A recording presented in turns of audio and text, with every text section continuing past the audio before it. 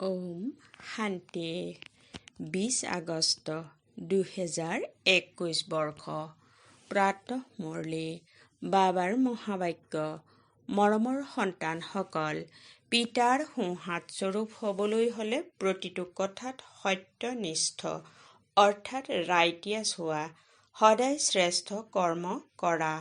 প্ৰশ্ন: কোনটো সংস্কাৰে সেৱাত বহুত বিঘিনিৰ সৃষ্টি কৰে?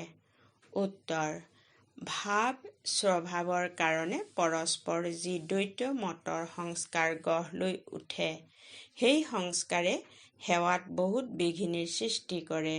দ্বিমতেৰে বহুত লোকচান হয়। ক্ৰোধৰ ভূত এনেকুৱা যে ভগৱানৰো বিৰুদ্ধাচৰণ কৰিবলৈ পলম নকৰে। সেইবাবে বাবাই কয়, মৰমৰ সন্তানসকল, যদি এনেকুৱা কিবা সংস্কাৰ আছে তাক আঁতৰাই দিয়া। গীত তকদিৰ জগাকৰ আই হুঁ, অৰ্থাৎ ভাগ্য উদয় কৰি আহিছোঁ। ওম শান্তি। মৰমৰ আত্মিক সন্তানসকলে গীতটি শুনিলা। আত্মিক সন্তানসকল অৰ্থাৎ শিৱ বাবা যি পৰম আত্মা হয়, তেওঁৰ সন্তান আত্মাসকলে শৰীৰৰূপী কৰ্মেন্দ্ৰিয়ৰ দ্বাৰা গীতটি শুনিলে। এতিয়াতো সন্তানসকল আত্ম অভিমানী হ'ব লাগে। বহুত পৰিশ্ৰমো আছে। বাৰে বাৰে নিজক আত্মা বুলি বুজি পিতাক স্মৰণ কৰিব লাগে। এয়া হৈছে গুপ্ত পৰিশ্ৰম। পিতাও গুপ্ত, গতিকে পৰিশ্ৰমো গুপ্তভাৱে কৰায়। পিতা স্বয়ং আহি কয়, সন্তানসকল মোক স্মৰণ কৰা, তেতিয়া কল্প 5000 বছৰ পূৰ্বৰ দৰেই পুনৰাই তমো শত্ৰুপ্ৰধান হবা।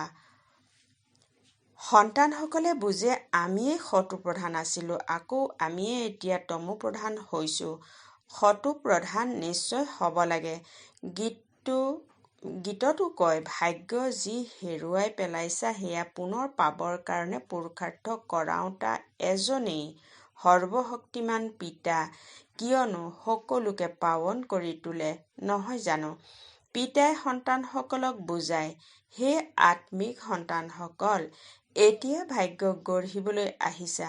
বিদ্যাৰ্থী স্কুলত ভাগ্য গঢ়িবলৈ যায়, নহয় জানো? সিহঁততো সৰু ল'ৰা-ছোৱালী হয়। তোমালোক সৰু নহয়, তোমালোকতো ডাঙৰ, বয়স্ক।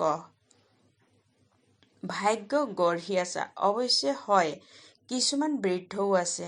বৃদ্ধ অৱস্থাতকৈ ডেকা অৱস্থাত পঢ়িবলৈ ভাল হয়, ডেকা অৱস্থাত বুদ্ধি ভাল হয়। এয়াতো সকলোৰে কাৰণে বহুত সহজ। তোমালোকৰ শৰীৰতো ডাঙৰ হয়, নহয় জানো? এইটো শিশু ইমান বুজিব নোৱাৰিব, কিয়নো ইন্দ্ৰিয়সমূহ সৰু, অপৰিণত। স্তুতি, নিন্দা, দুখ, সুখ, এই কথাবোৰ তোমালোকে বুজিব পাৰা। আত্মাটো বিন্দু হয়, শৰীৰ বৃদ্ধি হৈ থাকে। আত্মাটো এক ৰসতেই থাকে, কেতিয়াও সৰু ডাঙৰ নহয়। সেই আত্মাৰ বুদ্ধিৰ কাৰণে পিতাই কস্তুৰীৰ দৰে উপহাৰ দি আছে, কিয়নো এতিয়াতো বুদ্ধি একেবাৰে তমোপ্ৰধান হৈ গৈছে। সেয়া এতিয়া স্বচ্ছও হৈ আছে। এই চিত্ৰ তোমালোকৰ বুজোৱাত বহুত কামত আহে। ভক্তি মাৰ্গত দেৱতাসকলৰ আগত গৈ মূৰ দোৱাই পূজা কৰে। আগতে তোমালোকেও অন্ধ শ্ৰদ্ধাৰে গৈছিলা, শিৱৰ মন্দিৰত গৈছিলা। তোমালোকে জানো এইটো জানিছিলা যে এওঁ শিৱ বাবা হয়, বাবাৰ পৰা নিশ্চয় উত্তৰাধিকাৰ পাইছা, সেইবাবেতো তেওঁৰ মহিমা গোৱা হয়। কোনোবাই ভাল কাম কৰি গ'লে তেতিয়া তেওঁৰ মহিমা গোৱা হয়। শিৱ বাবাৰ ষ্টাম্প তৈয়াৰ কৰা উচিত। শিৱ বাবা গীতাৰ উপদেশক। এইটো ষ্টাম্প সহজে তৈয়াৰ কৰিব পাৰিব। সেইজন পিতা সকলোকে সুখ দিওঁতা হয়। পিতাই কয়, মই তোমালোকক সুখধামৰ মালিক কৰি তোলোতা হওঁ। বুঢ়ীসকলেও এইটোতো নিশ্চয় বুজে যে আমি শিৱ বাবাৰ ওচৰলৈ আহিছোঁ, যিজন বিচিত্ৰ হয়, যিজনে এই চিত্ৰত অৰ্থাৎ শৰীৰত প্ৰৱেশ কৰিছে। নিৰাকাৰক বিচিত্ৰ বুলি কোৱা হয়। বুদ্ধিত থাকে যে আমি শিৱ বাবাৰ ওচৰলৈ যাওঁ, যিজনে এই অস্থায়ী চিত্ৰ ধাৰণ কৰিছে, পতিতসকলক পাৱন কৰি জীৱন মুক্তি দিয়ে অথবা শান্তিধাম সুখধামৰ নিবাসী কৰি তোলে। মনুষ্যই শান্তিৰ কাৰণে চেষ্টা কৰে, ভগৱানক পালে শান্তি পাম, সুখৰ কাৰণে পুৰুষাৰ্থ নকৰে। বছ পিতাৰ ওচৰত ঘৰলৈ যাওঁ, ভগৱানক পাওঁ। এই সময়ত সকলো মুক্তিৰ আশা ৰাখোতা হয়। জীৱন মুক্তি লওঁতা কেৱল তোমালোক ব্ৰাহ্মণসকলহে হোৱা, বাকী সকলো মুক্তিৰ আশা ৰাখোতা। জীৱন মুক্তিৰ ৰাস্তা দেখুৱাওতা কোনো নাই। সন্ন্যাসী আদিৰ ওচৰত গৈ শান্তি বিচাৰে, কব মনৰ শান্তি কেনেকৈ পোৱা যায়। যিসকল ৰাস্তা দেখুৱাওতা আছে, তেওঁলোক হয়েই মুক্তিলৈ যাওঁতা। মুখ্য কি হয় সেয়াও বুদ্ধিত নাহে। বিতুষ্ট হৈ কয় মুক্তিত গলে সেয়াই ভাল। বাস্তৱত মুক্তিধাম হলে আত্মাসকলৰ নিবাস স্থান। ইমান সেৱা কেন্দ্ৰত সন্তান আছে, সকলোৱে জানে যে আমি নতুন সৃষ্টিৰ বাবে ৰাজ্য ভাগ্য লওঁ। বাবাই আমাক নতুন সৃষ্টিৰ ৰাজ্য দিয়ে। ক'ত দিব? নতুন সৃষ্টিত দিব নে পুৰণি সৃষ্টিত দিব? পিতাই কয় মই সংগমত আহোঁ, মই সত্য যুগতো নাহোঁ আৰু কলি যুগতো নাহোঁ, দুয়োটাৰ মাজত আহোঁ। পিতাইতো সকলোকে সদ্গতি দিব নহয় জানো? এনেকুৱা নহয় যে দুৰ্গতিত এৰি যাব। সদ্গতি আৰু দুৰ্গতি একেলগে থাকিব নোৱাৰে। সন্তানসকলে জানে এই পুৰণি সৃষ্টি বিনাশ হব, সেইবাবে ইয়াৰ প্ৰতি মৰম নাৰাখিবা। বুদ্ধিয়ে কয় যথাযথ আমি এতিয়া সংগম যুগত আছো। এইখন সৃষ্টি পৰিৱৰ্তন হবলৈ গৈ আছে। এতিয়া পিতা আহিছে। পিতাই কয় মই কল্পই কল্পই সংগমত আহোঁ, তোমালোকক দুখৰ পৰা উদ্ধাৰ কৰি শৰীৰ দ্বাৰলৈ লৈ যাওঁ। এয়া জ্ঞানৰ কথা।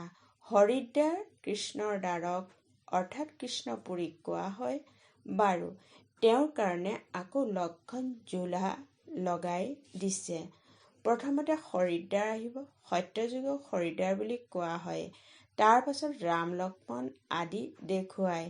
তেনেকুৱা কোনো কথা নাই, সেয়াতো মনে সজা কথা। ৰামৰ কিমান ভাই দি দিছে, 4গৰাকী ভাইতো নাথাকে। 4-8গৰাকীতো ইয়াত থাকে। এফালে হৈছে ঈশ্বৰীয় সন্তান, আনফালে হৈছে আসুৰী সন্তান। এতিয়া তোমালোকে জানা শিৱ বাবা ব্ৰহ্মাৰ শৰীৰত আহিছে। শিৱ বাবা আছে, ব্ৰহ্মা হ'ল দাদা, প্ৰজাপিতা হয়। সেইজন আত্মাসকলৰ পিতাটো অনাদি হয়। এই সময়ত ব্ৰাহ্মণক ৰচনা কৰে।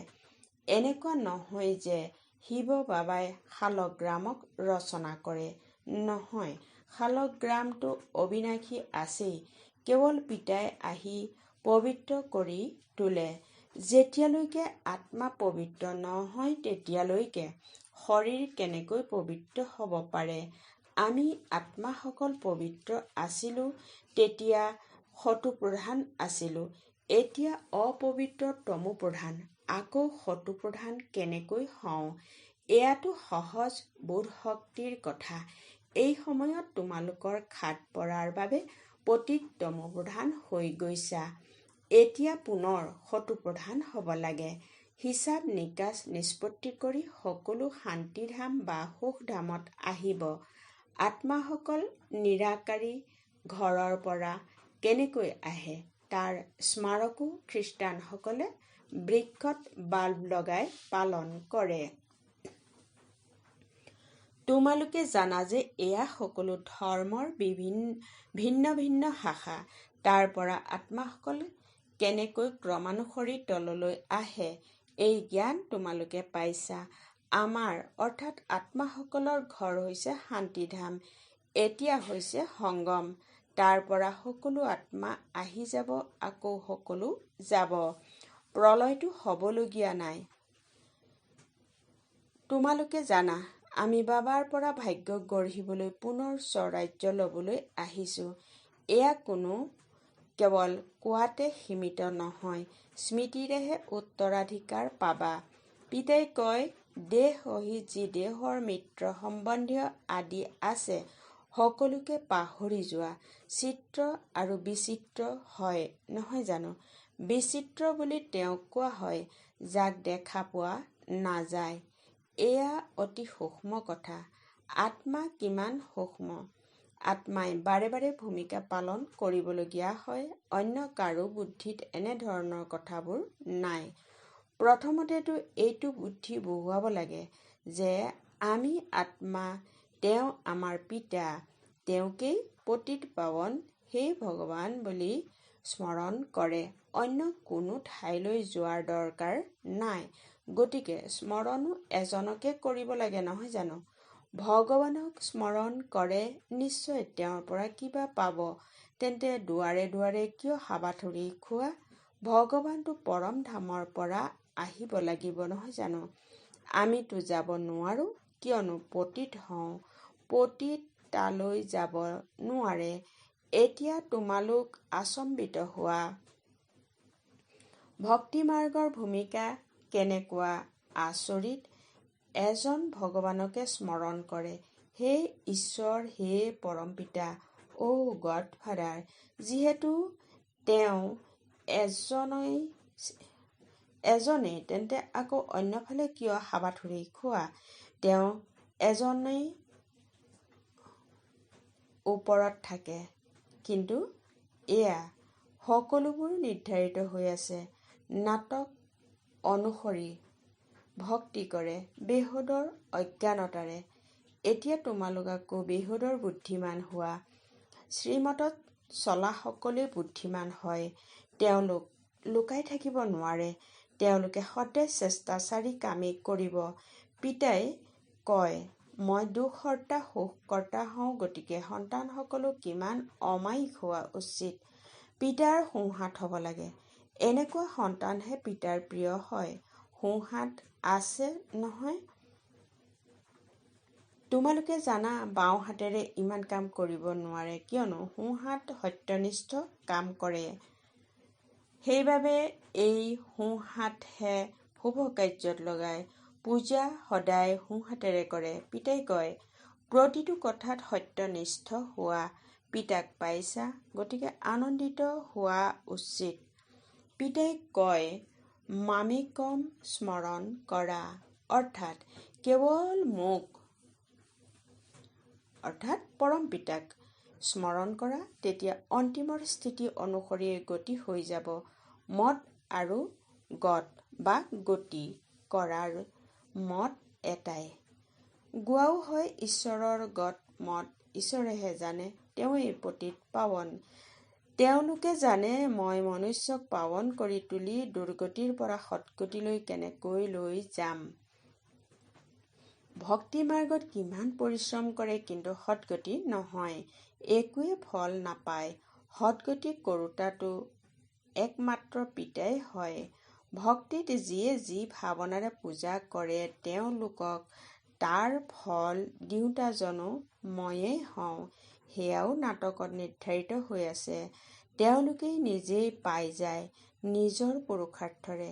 এতিয়া পবিত্ৰও সন্তানসকলে নিজৰ পুৰুষাৰ্থৰে হ'ব লাগে। পিতাই কয়, মিঠা মিঠা পিতাক স্মৰণ কৰা, তেওঁৱেই সৰ্বশক্তিমান হৰ্তা কৰ্তা। কিমান ভাল কৰি তোলে। তোমালোকে সকলোবোৰ জানি গৈছা, আকৌ পিতাৰ পৰা উত্তৰাধিকাৰ লৈ আছা। ৰচয়িতা আৰু ৰচনাৰ জ্ঞান তোমালোকৰ বুদ্ধিত আছে। তোমালোকে জানা, এই জ্ঞান আমাৰ নাছিল। যজ্ঞ তপ আদি কৰা, শাস্ত্ৰ আদি শুনা, এয়া হৈছে শাস্ত্ৰৰ জ্ঞান। তাক ভক্তি বুলি কোৱা হয়। তাত লক্ষ্য উদ্দেশ্য একো নাই। পঢ়াত লক্ষ্য উদ্দেশ্য থাকে, কিবা নহয় কিবা প্ৰকাৰৰ জ্ঞান থাকে। আমাক পতিতৰ পৰা পাৱন হোৱাৰ জ্ঞান পতিত পাৱন পিতাই দিছে। সৃষ্টিৰ আদি মধ্য অন্তৰ জ্ঞান পিতাই দিছে। এই সৃষ্টি চক্ৰ কেনেকৈ ঘূৰে, ইয়াত সকলো ভাৱৰীয়াৰ ভূমিকা পালন কৰোঁতা হয়। এইখন অনাদি নাটক ৰচি থোৱা আছে। এই বিহুদৰ জ্ঞানটো নিশ্চয় থকা উচিত। তোমালোক সন্তানসকলে জানা যে এতিয়া আমি ঘোৰ অন্ধকাৰৰ পৰা ওলাই ঘোৰ আলোকলৈ গৈ আছো। তোমালোকে এতিয়া দেৱতা হৈ আছা। এয়াও বুজাব লাগে যে আদি সনাতনো দেৱী দেৱতা ধৰ্মৰ হয়, যাক হিন্দু ধৰ্ম বুলি কৈ দিছে। লাহে লাহে এই কথাও বুজি পাই যাব। সন্তানসকল আগবাঢ়ি আহিব লাগে। ইয়াতো অনেক সন্তানৰ প্ৰয়োজন। দিল্লীত সন্মিলন অনুষ্ঠিত কৰিব লাগে। পৰিস্থানো দিল্লীক কোৱা হয়। ইয়াতে যমুনাৰ পাৰ আছিল। দিল্লী ৰাজধানী হয়। বহুতে শাসন কৰিছে। দেৱতাসকলৰ ৰাজধানীও এয়া আছিল। দিল্লীত বহুত ডাঙৰ সন্মিলন হোৱা উচিত, কিন্তু মায়া এনেকুৱা যে কৰিবলৈ নিদিয়ে। বিঘিনি বহুত আনে। আজিকালি ভাৱ স্বভাৱো বহুত হৈ গৈছে নহয় জানো? সন্তানসকল পৰস্পৰ মিলি সেৱাত লাগিব লাগে। তেওঁলোকো অৰ্থাৎ লৌকিকত পৰস্পৰ মিলি নাথাকিলে ৰাজ্যই নোহোৱা হৈ যায়। দুটা দল হৈ গলে ৰাষ্ট্ৰপতিকো মাৰি পেলায়। দ্বৈত মতে বহুত লোকচান কৰে। তেতিয়া ভগৱানৰো বিৰুদ্ধাচৰণ কৰিবলৈ পলম নকৰে। লোকচানো বহুত হয়। ক্ৰোধৰ ভূত আহি গলেতো তেতিয়া আকৌ কথাই নুসুধিবা। সেইবাবে বাবাই কয় গুৰ অৰ্থাৎ শিৱ বাবা আৰু গুৰৰ গুঠৰিয়ে অৰ্থাৎ গুৰ ৰখা পাত্ৰ অৰ্থাৎ শিৱ বাবাৰ ৰথ ব্ৰহ্মা বাবাই জানে। পিতাই সন্তানসকলক সৃষ্টিৰ আদি মধ্য অন্তৰ জ্ঞান শুনাই আছে।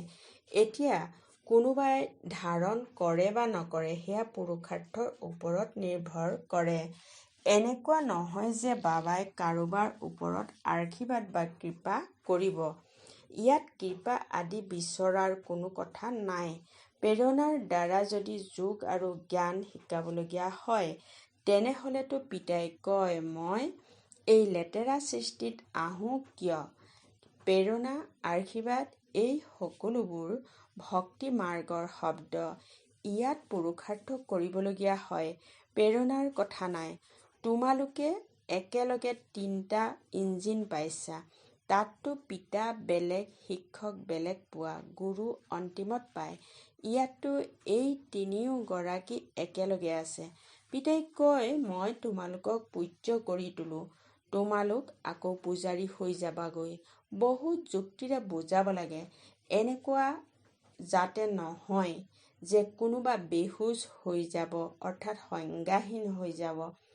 প্ৰথমতে মুখ্য হৈছে দুজন পিতাৰ কথা। ভগৱান পিতা, তেওঁৰ জন্ম শিৱ জয়ন্তীও পালন কৰে। নিশ্চয় স্বৰ্গৰ মালিক কৰি তোলে চাগৈ। ভাৰততে স্বৰ্গ আছিল। এতিয়া নৰকৰ বিনাশৰ কাৰণে মহাভাৰতৰ যুদ্ধ থিয় হৈ আছে। নিশ্চয় পিতা নতুন সৃষ্টিৰ স্থাপনা কৰাওঁতাতো হয়। পিতাৰ শ্ৰীমততহে আমি কওঁ যে ভাৰতক আমি পাৱন কৰিহে এৰিম। ভাল বাৰু। অতি মৰমৰ কল্পৰ পাছত পুনৰাই লগ পোৱা সন্তানসকলৰ প্ৰতি মাতা পিতা বাপ দাদাৰ স্নেহপূৰ্ণ স্মৰণ আৰু সুপ্ৰভাত। আত্মিক পিতাৰ আত্মিক সন্তানসকলক নমস্কাৰ। ধাৰণাৰ বাবে মুখ্য সাৰ নম্বৰ 1। যেনেকৈ পিতা দুখহৰ্তা সুখকৰ্তা, এনেকুৱা পিতাৰ সমান হ'ব লাগে। বহুত অমায়িক হ'ব লাগে।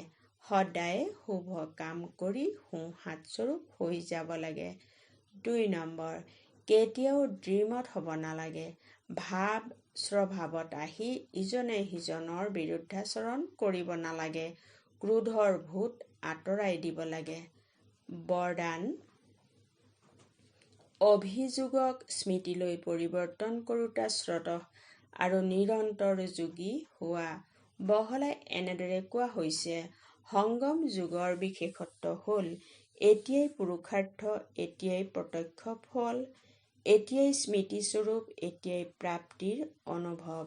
ভৱিষ্যতৰ নিশ্চয়তাটো আছেই, কিন্তু ভৱিষ্যততকৈও শ্ৰেষ্ঠ ভাগ্য এতিয়াৰ। এই ভাগ্যৰ নিশ্চাত থাকা তেতিয়া স্বতঃস্মৃতি থাকিব। য'ত স্মৃতি আছে ত'ত অভিযোগ নাই। কি কৰোঁ, কেনেকৈ কৰোঁ, এইটো হৈ নুঠে, অলপ সহায় কৰি দিয়ক, এয়া হৈছে অভিযোগ। গতিকে অভিযোগক এৰি স্বতঃযোগী, নিৰন্তৰ যোগী হোৱা। শ্লোগান: যিয়ে নিজক অতিথি বুলি বুজি চলে তেওঁৱেই মহান স্থিতিৰ অনুভৱ কৰে। ওম শান্তি।